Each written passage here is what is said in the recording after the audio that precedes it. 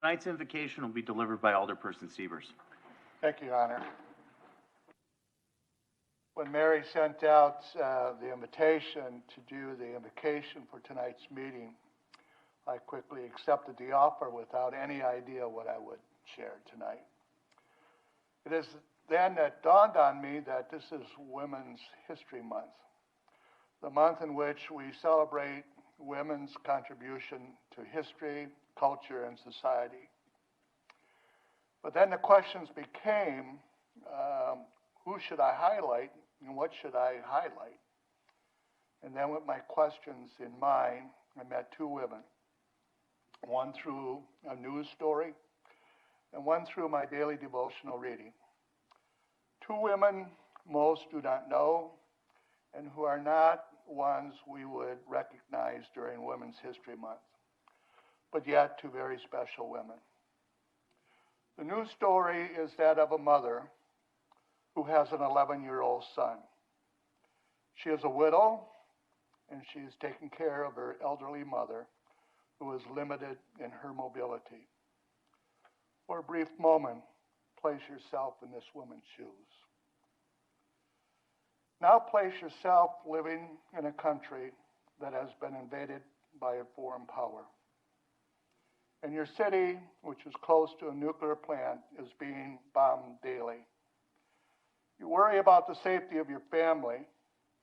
People are fleeing your city, but your decision to flee is difficult because your mother is not in a condition where you can get up and join where you decide to flee. And yet you greatly worry about the safety of your son. What do? If you stay, it is likely you will not survive. But you can't just leave your mother. So you decide to put your son on a train all by himself. Before he gets on the train, holding back your tears as best as you can, you give him a hug. You tell him you love him. You tell him to be strong and that one day you will be together again. You say this knowing that there is a good chance you never will be. Now put yourself in the shoes of that 11-year-old boy. You're on a train packed with strangers. You find yourself sitting next to the window with your face squeezed up against it. And then you see your mother. You see that she is crying. And with innocence, you struggle to understand why someone wants to kill your family and the people of your city and your country.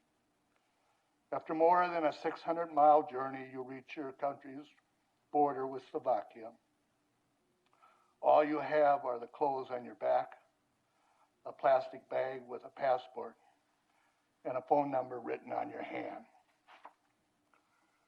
For my invocation tonight, I want to share with you the words of a Christian poet, laureate, Anne Weems, who once wrote, "I no longer pray for peace.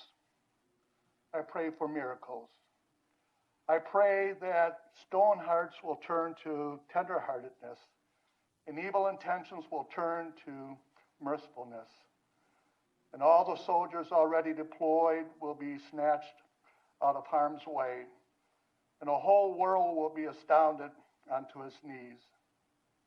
I pray that all the God talk will take bones and stand up and shed its cloak of faithlessness and walk again in its powerful truth. I pray that the whole world might sit down together and share its bread and its wine. Some say there is no hope, but then I've always applauded the holy fools who never seem to give up on the scandalousness of our faith, that we are loved by God, that we can truly love one another. I no longer pray for peace. I pray for miracles. To those who hear my words tonight, while we are praying for peace, let us also pray for miracles. Amen.